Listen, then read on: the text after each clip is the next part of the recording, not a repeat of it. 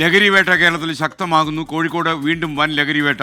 1 kilo Ashish ഓയിലും 22 gram MDMA-യുമായി 2 പേരെ പിടികൂടി.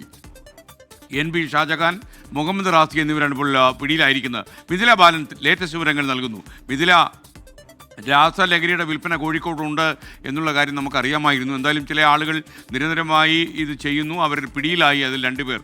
സന്തോഷമുള്ള കാര്യം. പറയൂ വിവരങ്ങൾ.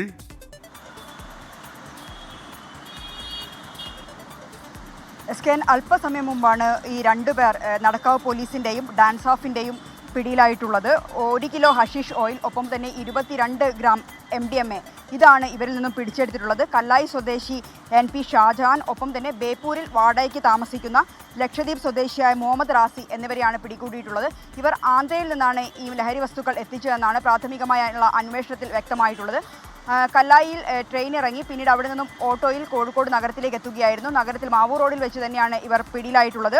ഈ 2 പേർക്കും നേരത്തെ കേസുകളുണ്ട്. ഇതിൽ ഷാജഹാന് 120 കിലോ കഞ്ചാവ് വിൽപ്പന നടത്തിയതിൽ ആന്ധ്ര ജയിലിൽ ജയിൽ ശിക്ഷ അനുഭവിച്ചിട്ടുള്ള ആളാണ്.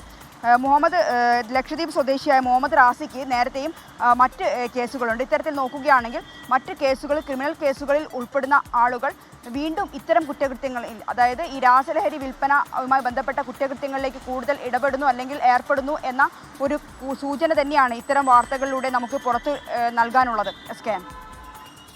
Okay, thank you.